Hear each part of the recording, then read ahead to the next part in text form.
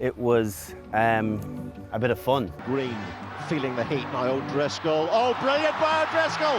That is sheer world class by O'Driscoll. It was a midfield scrum. We were due to go right, and Dennis Hickey was my winger. And I just said to him as the scrum was about to set, I said, if it comes out our side, you run a short line, and I'll throw it to you. Throw it at your head, but don't grab it because I'm going to catch it the other side.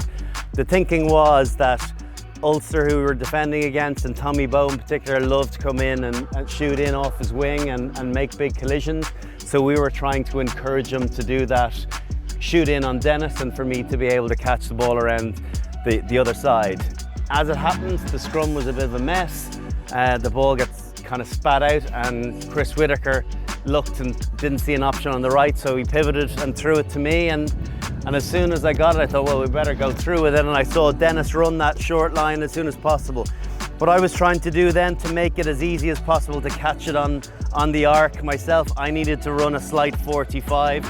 So almost like we were pincering in on a defender. And as we came to him, Dennis came short. And I threw the ball around the corner and off I went. I may have actually done a little bit better with it, but I was actually laughing to myself that I couldn't believe that it had come off.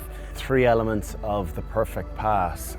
You know, so much of passing, it's the same principles. And trying to obviously execute it, be it short pass, a medium pass or a long pass, with maximum efficiency and maximum speed. So I suppose the first thing before you throw any pass is having the target, of showing somewhere where I want the ball. If I have my hands out in front of me, it's going to be very difficult for me to pass the ball from there at any speed or any length with that action. So I want the ball inside. What I'm going to have to do, if I catch it in front of me, I'm going to have to get it back there to wind it up to then throw it. So first of all, I want target. Hit me there, gives me an opportunity to kind of look up and see what's happening as the ball is coming to me, and then release it as quickly as I possibly need to. The second thing, the last thing you want to do is swing your arms. The whole action of it is right across your body, along the same line, which means I'm most likely to not have any deviation in the ball. If I scoop it down low, I'm going from low to higher trajectory, and it brings in an element of uncertainty to it. So point of contact first, and then secondly, directly across the body on the same line. And the third thing is to try and finish with my hands hitting the target. So if it's a little pop there, or if it's a 15 or 20 meter pass, what I found, and it was my real issue in passing, was sometimes I'd pull it and you'd pull it inside shoulder. The more you finish your hands to the target of where you want the ball to go, more likely it is it's going to land in its target.